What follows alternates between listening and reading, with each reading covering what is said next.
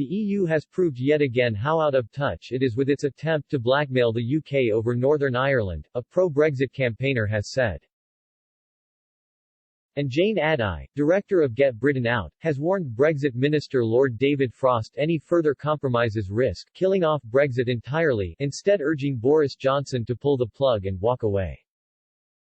Ms. Addai said, "The past 2 weeks have once again shown just how out of touch the European Union is when it comes to the reasons people voted to leave the EU." After nearly 5 years of negotiations, you would think they would understand our clear red lines by now, but apparently not. In response to the growing unrest in Northern Ireland and in an attempt to reduce the number of checks needed on goods moving between Great Britain and Northern Ireland, the EU has now had the temerity to suggest the UK permanently signs up to EU laws on food products and animal welfare.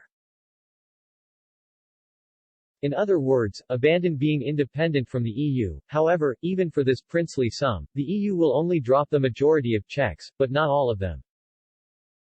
This is attempted blackmail, plain and simple. Such an agreement would not only stop the UK from making its own rules and regulations, one of the chief reasons why the country voted for Brexit, but would also restrict the nation's ability to sign new trade deals with other countries around the world. Ms. Addai warned, this would effectively give the EU a veto on any future trade deals we sign, because if the country does not meet the EU's standards, which they could amend at any stage in the future with no input from the UK government, then we would not be allowed to import their products. The USA and Australia were just 2 major examples of countries with which the UK was already in detailed trade negotiations, Ms. Addai pointed out. She said, a trade deal with Australia is even expected to be signed off next week, with their trade minister coming to the UK to finalize the details on Monday. However, if we accept this EU blackmail, then this trade deal, and all the others we have signed so far would be impossible. It is as simple as that. It seems the EU's insistence on control over everything knows no boundaries. It is no wonder so many EU member states are struggling to survive, including former economic superpowers like Germany.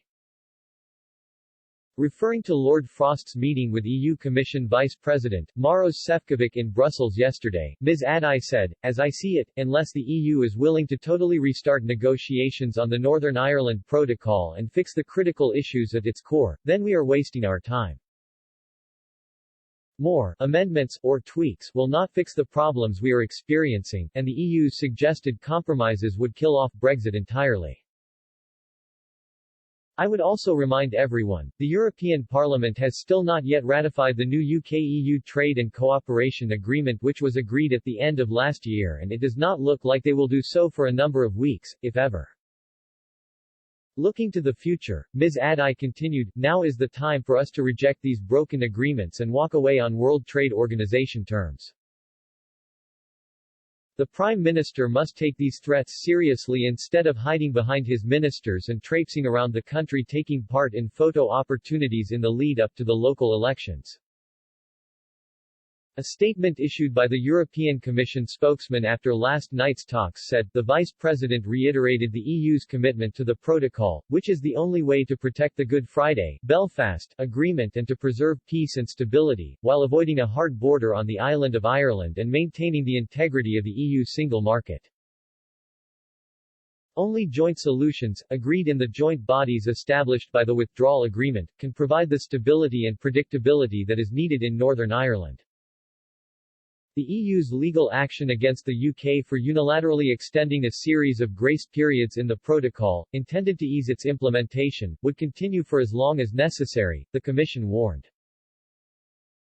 A UK government spokesman said Lord Frost had reiterated the UK's commitment to working through the joint bodies provided for by the Brexit withdrawal agreement.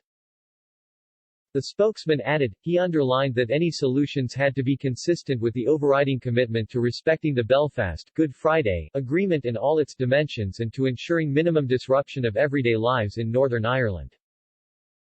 Quote,